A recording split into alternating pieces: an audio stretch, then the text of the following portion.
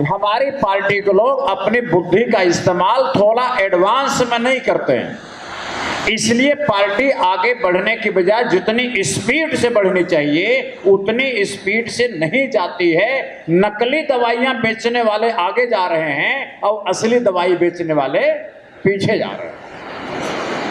दूसरी बात, एक उदाहरण और दूं। आज इतना बड़ा कार्यक्रम हुआ, सारा मीडिया आया, सब कुछ आया। आपको बताऊं, हमारे पूरे संगठन में एक आदमी की बुद्धि ये काम नहीं करी कि मैं इतने आदमी का अपने मोबाइल में वीडियो बना लेता। वीडियो नहीं बना, मीडिया में एक भी वीडियो नहीं जा पाया कि कम से कम जो मीडिया वाले यहाँ नहीं आए थे उनके पास आसाम में, दिल्ली में, बंबई में हमारे पास 11,000 मीडिया वालों के ईमेल नंबर हैं। उन 11,000 लोगों को ये नहीं पता चलेगा जो यहाँ नहीं आए कि इतना बड़ा कार्यक्रम तीसरा मोर्चा के लिए हुआ, एक वीडियो नहीं बना पाए। ठीक है। तीसरी बात ये कि हमारे यहाँ जो पुराने लोग हैं वो ये मानते हैं कि मैं तो काफी बड़ा नेता बन गया हूं, अब मुझे मेंबर बनाने की क्या जरूरत है। जब पुराना आदमी मेंबर जोड़ने का काम नहीं करता, गांव में नहीं जाता, उनकी बात सुनता नहीं, मेंबर बनाने में क्या तकलीफ आती है वो नहीं सुनता है, तो उसका भाषण माइक पर हवाई वाला हो जाता है, यानी संगठन को आगे बढ़ाने वाला नहीं होता। बात ठीक है।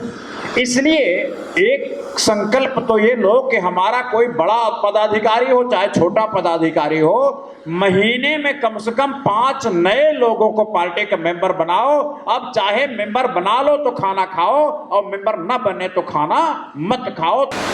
तीसरी बात ये कि पार्टी में अगर पार्टी का मुखिया मौजूद है तो किसी आदमी को वहां से उठना नहीं चाहिए।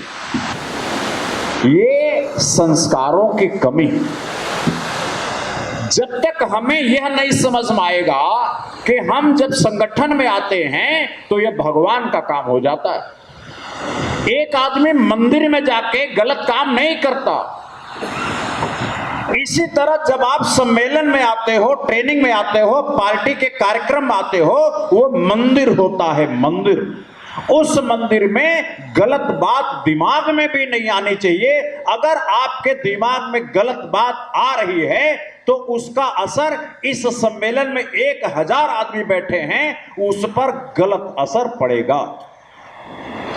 मंदिर में जैसे पवित्र मन से जाते हैं, नहा के धो के जाते हैं और धुला हुआ कपड़ा पहन के जाते हैं, ये जब सम्मेलन में आते हैं, पार्टी के कार्यक्रम में आते हैं तो धुला हुआ कपड़ा पहन के, थोड़ा हाथ जोड़ के मंदिर में आने जैसे भावना लेकर के आया करिए, काम निपटाने मत आया करिए।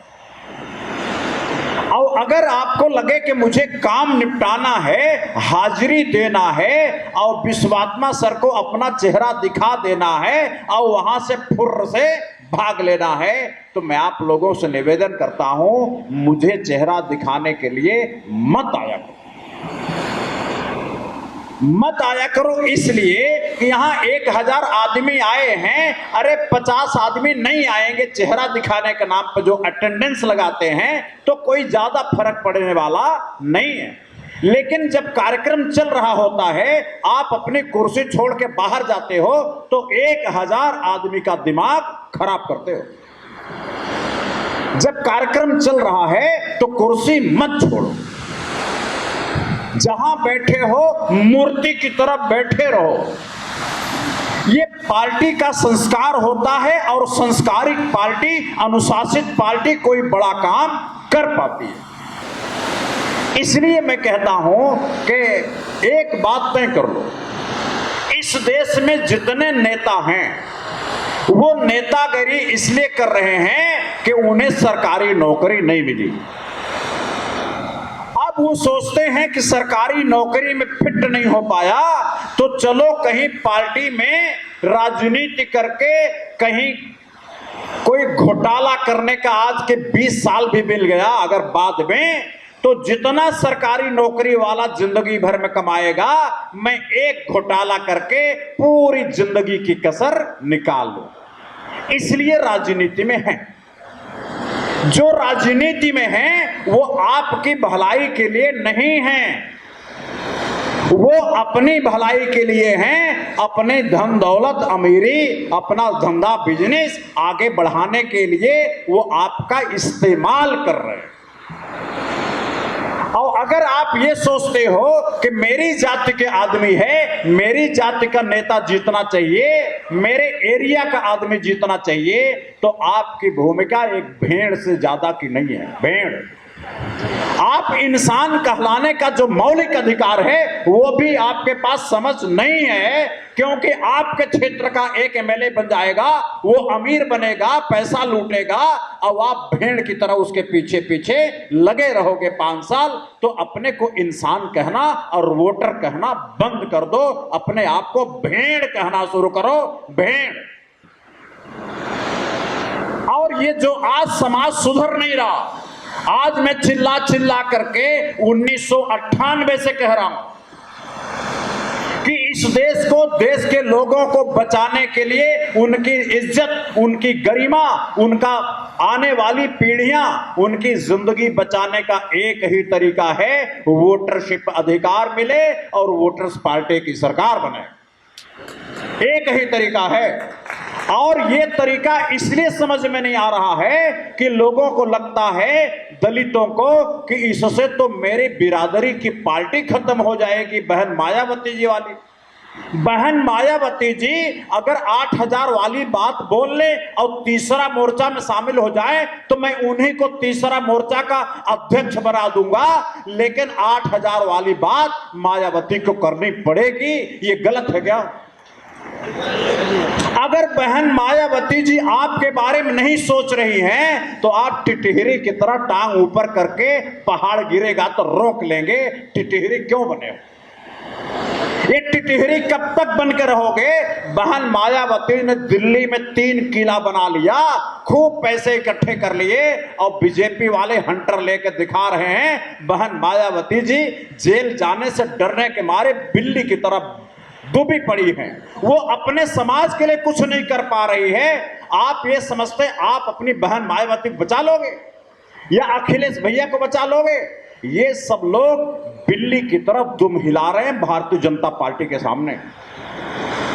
अगर मैंने कहा कि 8000 रुपया लोगों को मिलना चाहिए तो अखिलेश जी की जेब से तो नहीं जाता। अखिलेश जी ये बात का समर्थन क्यों नहीं कर रहे हैं? अगर वो नहीं कर रहे हैं तो सारी यादव बिरादरी उसके साथ क्यों खड़ी है? ये सोचने की बात तो है ना। अगर अखिलेश सिंगापुर में होटल बनवाते हैं, अगर अखिलेश दिल्ली में अरबों रुपए की संपत्ति बनाते हैं, तो सारे यादवों को उसमें हिस्सेदारी क्यों नहीं देते? और अगर हिस्सेदारी नहीं देते तो सारे यादव उनके पीछे क्यों खड़े हैं? ये यादव हैं, इंसान हैं, वोटर हैं कि भेड़ हैं? अगर आप भेड़ हैं तो इंसानियत की जिंदगी जीने का मौका नहीं मिलेगा। भेड़ की जिंदगी आपको मुबारक, लेकिन विश्वात्मा बार बार कहेंगे कि आप भेड़ नहीं हो, इंसान हो। और अगर इंसान हो तो इंसान की तरह खाना सीखो, इंसान की तरह कपड़े पहनना सीखो, इंसान जैसे मकान में रहना सीखो, सुअर बारे में मत रहो। ये तभी होगा जब ये जातिवादी नेता जो जाति के नाम पर वोट मांगते हैं, ये धर्म के नाम पर वोट मांगते हैं, इनको टांग पकड़ के उल्टा लटकाएंगे, तब ये होने वाला है, नहीं तो होने वाला नहीं है। मेरे को जितना करना था मैंने किया।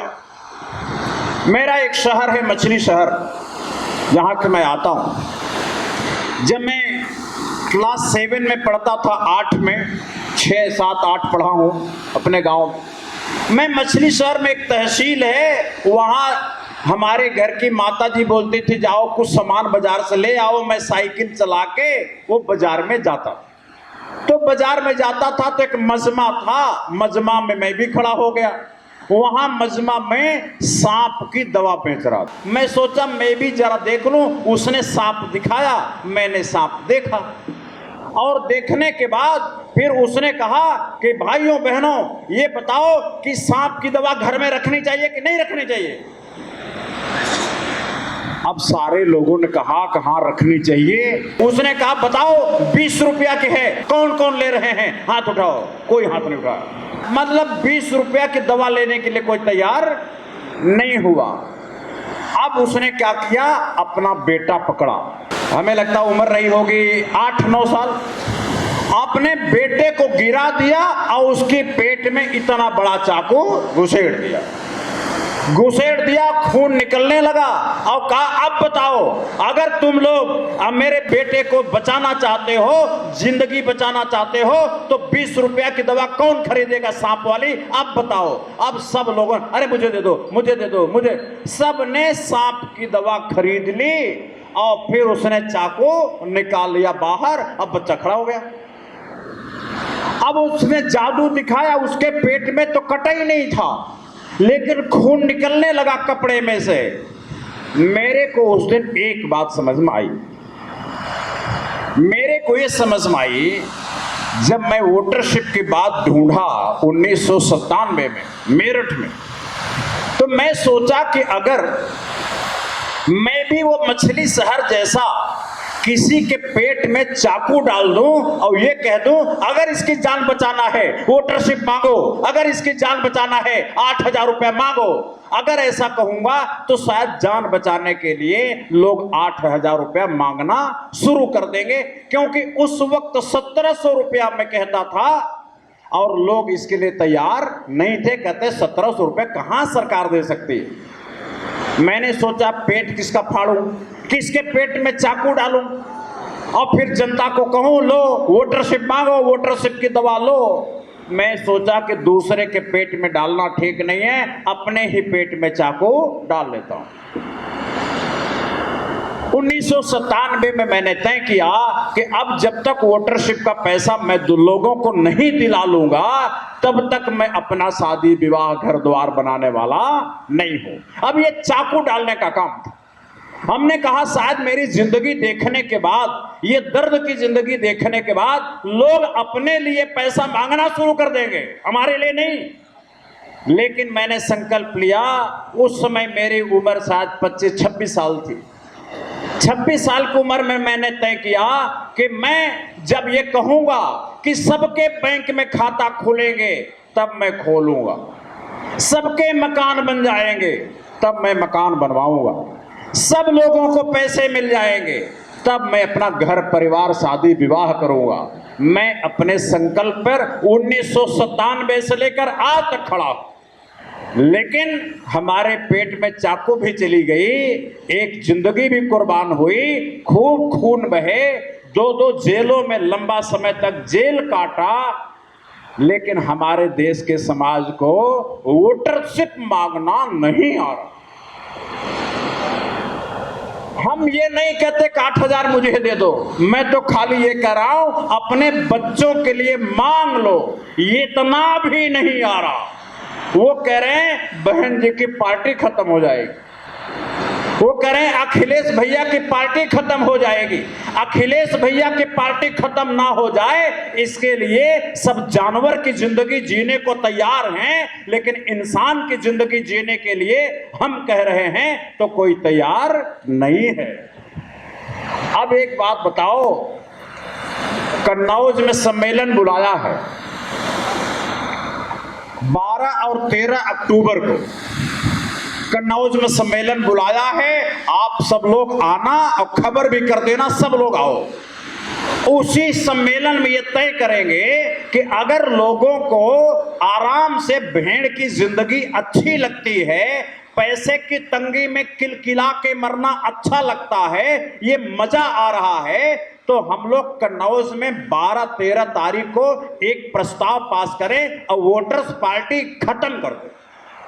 भंग कर दें, मैं भी आराम से जाके घर बैठूं, सोऊं। मेरे छोटे भाई का घर है, मेरा घर तो है नहीं। जब तक अपने घर में रखेगा मैं वहां चला जाऊंगा, वो घर से निकाले तो अपने घर मुझे बुला लेना। मैंने देखा कि समाज को इसकी जरूरत नहीं है, लोगों को 8,000 रुपए की जरूरत नहीं है, तो जबरदस्ती उसके मुंह में चम्मच डालने की जरूरत नहीं है। उसको आराम से जीने दो, अगर भूखा है तो भूखे रहने दो, अगर मर रहा है तो मरने दो, उसको जिलाने की कोशिश मत करो।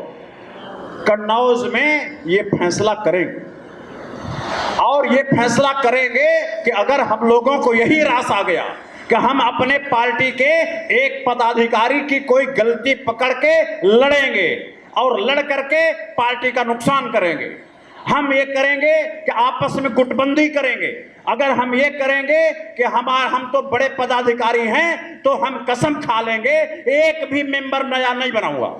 मैं खाली भाषण दूंगा, सूखा सूखा भाषण, अब पिलाऊंगा और कुछ काम नहीं करूंगा। अगर ये सब हमने तय कर रखा है तो पार्टी खत्म करने के प्रस्ताव पर 12-13 तारीख को कन्नौज में साइन कर देना। मैं भी दस्तखत कर दूंगा, मैं भी साइन करूंगा, पार्टी खत्म करो। क्योंकि जिस तरीके का आप लोगों का मैं रवैया देख रहा हूं, मेरी जिंदगी तो तुम बर्बाद कर दोगे, लेकिन मेरी जिंदगी का जो लाभ उठाना था वो आप लोग उठा नहीं पाओ। ये मेरे को अंतिम रूप से समझ में आ गया। आज डीपी यादव जी थे, इनको समझाया। अब डीपी यादव जी आपकी बात करना तो चाहते हैं, वो आपका साथ देना चाहते हैं, लेकिन इशारे इशारे में बिना मुंह से बुलवाए उनका साथ ले लो, उनकी मदद ले लो, उनका उपयोग कर लो। लेकिन आपको ये भी तमीज नहीं है। आप ये सोचते हैं जितना स्पष्ट भाषा में मैं बोलता हूं उतनी साफ साफ भाषा डीपी यादव जी बोले। अगर उतनी साफ साफ बोलेंगे तो उनके यहां भी ईडी सीबीआई के छापे पड़ेंगे और उनकी सारी संपत्तियां सीज कर दी जाएंगी। हम एक आतंकवादी राज में जी रहे हैं। अगर कोई आदमी हमारा साथ दे रहा है तो उसको जेल भेजवा के हमें क्या मिलेगा, उसकी संपत्तियां सीज करा के हमें क्या मिलेगा। अगर वो आदमी खड़ा है, इतना ही बहुत है। आप उपयोग करिए ऐसे लोगों का और अपना काम बना लीजिए। वो मना थोड़ी कर रहे हैं, वोटरशिप गलत बात है। अगर वोटरशिप गलत बात होती, वो इसके विरोध में होते, तो आज इस मंच पर वो नहीं आते। आज उन्होंने गठबंधन बनाने की जो घोषणा की है वो नहीं करते, उन्हें मालूम है। लेकिन मेरी बात यह है कि इतने बच्चे मत बनो, थोड़ा तो इशारे में समझ लिया करो ना, हर बात बताना पड़े। एक माँ का बच्चा जब भूखा होता है तो माँ उसका चेहरा देख के जान जाती है, और वही माँ अपने बच्चे को समझते समझते अपने पति का चेहरा देख के जान जाती है कि इसको भूख लगी है, ये खेत से आया है और हल्ला गुल्ला मचा रहा है, पेट में 2 रोटी जाएगी, शांत हो जाएगा। माँ ये समझती है, एक औरत, अनपढ़ औरत ये बात समझती है कि सामने वाले को क्या चाहिए, बोलना ना पड़े, बिना बोले समझ लो तो समझदार हो, अब बोलना पड़े तो फिर नादान हो नादान। पार्टी चलाते हो, पार्टी में हर बात बोलना नहीं पड़ता।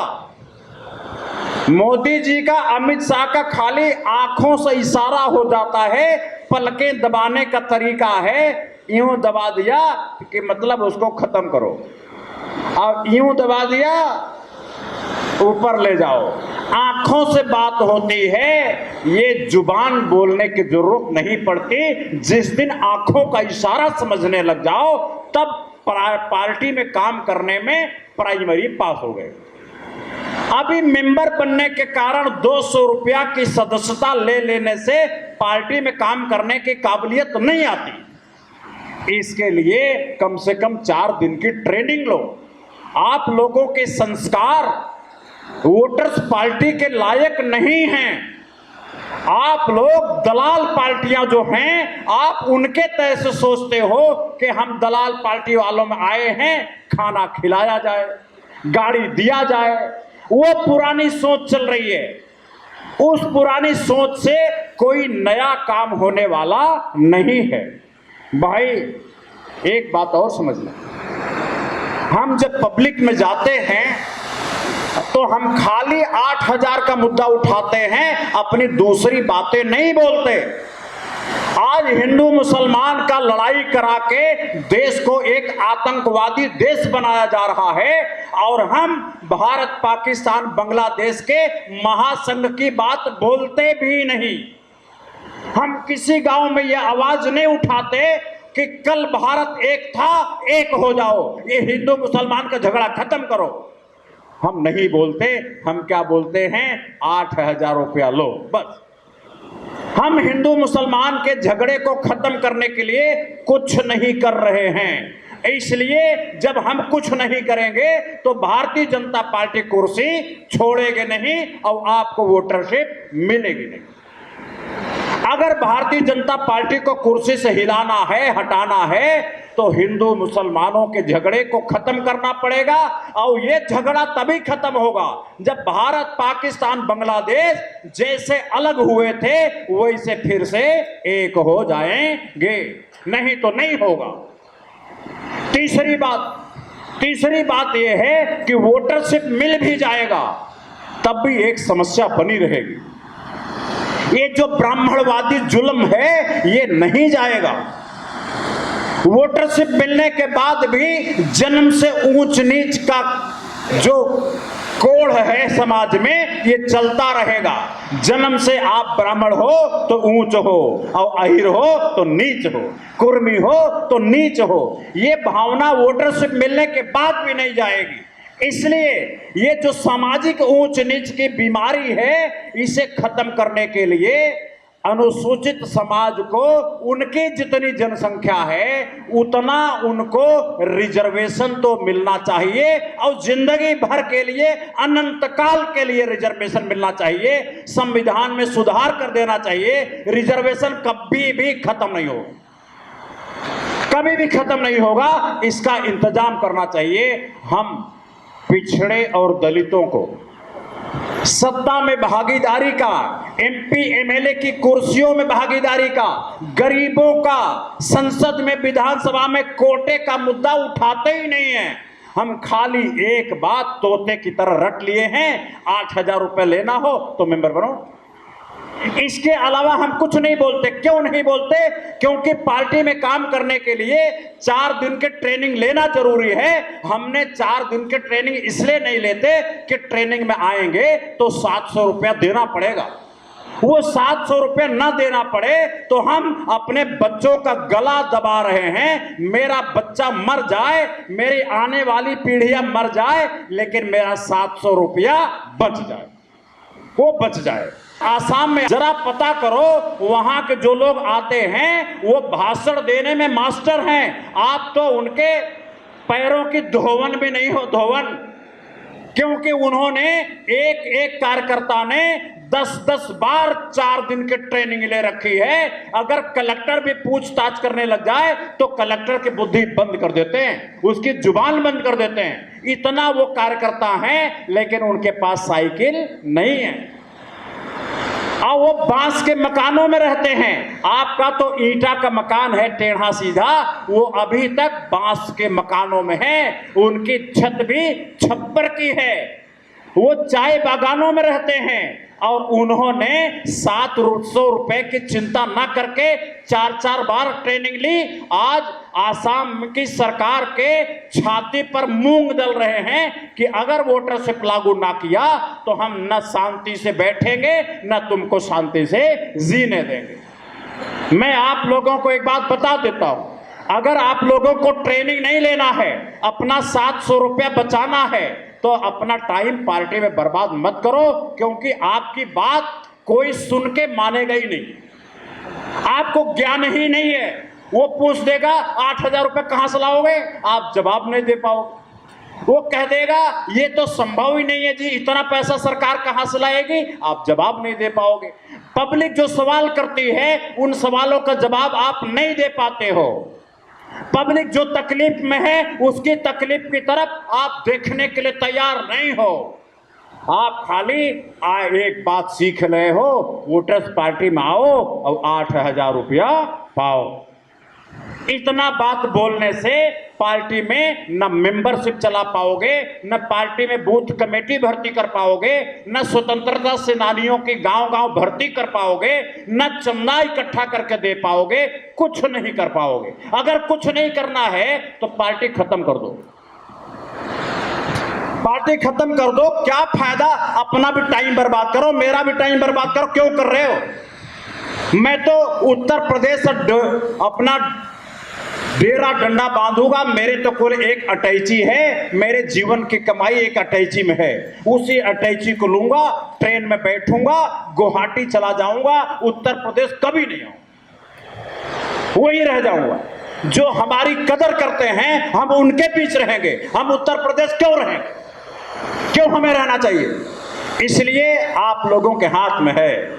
अगर आप लोगों को सोने में आनंद आता है, शरीर को तकलीफ नहीं देना चाहते, किसी आदमी के घर जाएंगे अपमान कर देगा, वो अपमान की घूंट नहीं पिएंगे और आने वाली पीढ़ियों को बर्बाद करने पर आमादा हैं। ये झूठ बोलने वाले जातिवादी नेताओं के जाल में आप फंसे रहना चाहते हैं, इंसान की बजाय भेड़ की तरह जिंदगी जीना चाहते हैं, तो भाई मैं हाथ जोड़ता हूं, मुझे मुक्त करो। मैं जहां मेरी इज्जत है मैं वहीं रहूं। उत्तर प्रदेश से मैंने अपना नाता तोड़ खत्म कर लूंगा। आप लोग सोचो, आज मैंने और कुछ भाषण न दे करके सोचा कि अपने दिल की बात बता दूं। मैं एक बात बता दूं, ना मैं प्रधानमंत्री बनने के लिए कुछ कर रहा, ना मैं चुनाव जीतने के लिए कुछ कर रहा हूं। अरे प्रधानमंत्री बन के जरा फोटो वोटो खिंचाओगे, वीडियो बनेगा, अरे क्या बात है, तो कौन सुनेगा? जिसके पत्नी होती है तो जाके कहते देखा मैं कहां पहुंच गया, मेरे तो वो भी नहीं है, मैं किसको दिखाऊंगा मैं कहां पहुंच गया। मुझे प्रधानमंत्री बन के कोई मजा आने वाला नहीं है। मुझे लूटना नहीं, मुझे घोटाले नहीं करना, तो प्रधानमंत्री क्या करूंगा बन के? मुझे मकान नहीं बनवाना, तो चुनाव जीत के मैं क्या करूंगा? मुझे कुछ करना ही नहीं, मुझे कुछ चाहिए ही नहीं, तो मैं ये चुनाव जीत के आप सोचते हो कि विश्वात्मा जी तो एमपी एमएलए मिनिस्टर मुख्यमंत्री प्रधानमंत्री बनने के लिए काम कर रहे हैं? आपको गलतफहमी है। हम तो ये सोचते हैं कि जब हम सड़क पर जाते हैं, गांव में जाते हैं, गांव की लड़कियां औरतें जब दिखती हैं तो उनका चेहरा 35 साल में गाल बिल्कुल दब गया है, दांत निकल आए हैं, मरने के कगार पर पहुंच गई है, तो मैं सोचता हूं कि मुझे ये जिंदगी जीने देने का क्या फायदा हुआ? मैं जिस बीमारी का इलाज करने निकला था वो तो कर नहीं पाया। अगर वो नहीं कर पाया, और मैं देखता हूं कि हमारी पार्टी का जितने पदाधिकारी हैं सब भाषण देने के अलावा कुछ नहीं करना चाहते। वो किसी गांव में जाके मीटिंग नहीं करना चाहते, गांव के लोगों को इकट्ठा करके अपमान नहीं सहना चाहते। जब अगर ये पार्टी ऐसी हो गई हो, मैं आप लोगों को कहता हूं, जब ऐसी भावना आ गई हो, पार्टी से रिजाइन दो, घर में बैठ जाओ। लेकिन निकम्मे बन के पार्टी में मत रहो। कम लोग रहें लेकिन काम करने वाले रहें। मैं ऐसी पार्टी चाहता हूं भाई। मेरा तो रात कटती है तो दिन नहीं, और दिन कटता है तो रात नहीं। मेरी यही स्थिति है। अब आप सोचते हो कि विश्वात्मा जी माला पहन के खुश हो जाएंगे। ये माला वाला जब आप पहनाते हो तो मेरे कुर्ते गंदे हो जाते हैं और रात में मुझे कपड़े धोने पड़ते अपने हाथ से। मैं सोचता भगवान मुझे माला मत देते तो कपड़ा ना धोने पड़ता। मैं तो दुखी होता हूं। आप ये समझते हो कि विश्वात्मा जी माला पहनने के लिए सब कर रहे हैं। मेरे मित्रों, आप मेरी बातों पे गौर करना, सोचते हुए घर जाना। अभी मनीष यादव जी के यहाँ लखनऊ में दुबग्गा चौराहे पे हरदोई रोड पे 22 और 23 2 दिन का गठबंधन के कैडर ट्रेनिंग है। उसमें सब लोग मत आना, चुने हुए हर जिले से 5-10 आदमी बस आना, सब मत आना। फीस उसमें नहीं लगेगी, लेकिन तब भी मत आना। चुने हुए हर जिले से केवल 10 आदमी आना। 2 दिन की ट्रेनिंग होगी गठबंधन की, लोक राजनीति मंच की ट्रेनिंग सुन लेना, ट्रेनिंग अटेंड कर लेना और चले जाना। इसके बाद पार्टी चलनी चाहिए कि नहीं चलनी चाहिए, कन्नौज में आके वोट दे के फैसला करना 12 और 13 अक्टूबर। और अगर आप बंद कर दोगे पार्टी, मैं भी अपना अटैची उठाऊंगा, गुवाहाटी चला जाऊंगा, फिर ना दिल्ली आऊंगा और ना उत्तर प्रदेश आऊंगा। आप आराम से सोना, चद्दर तान के सोना, फिर विश्वात्मा कभी आपको दुखी करने वाले नहीं है। धन्यवाद।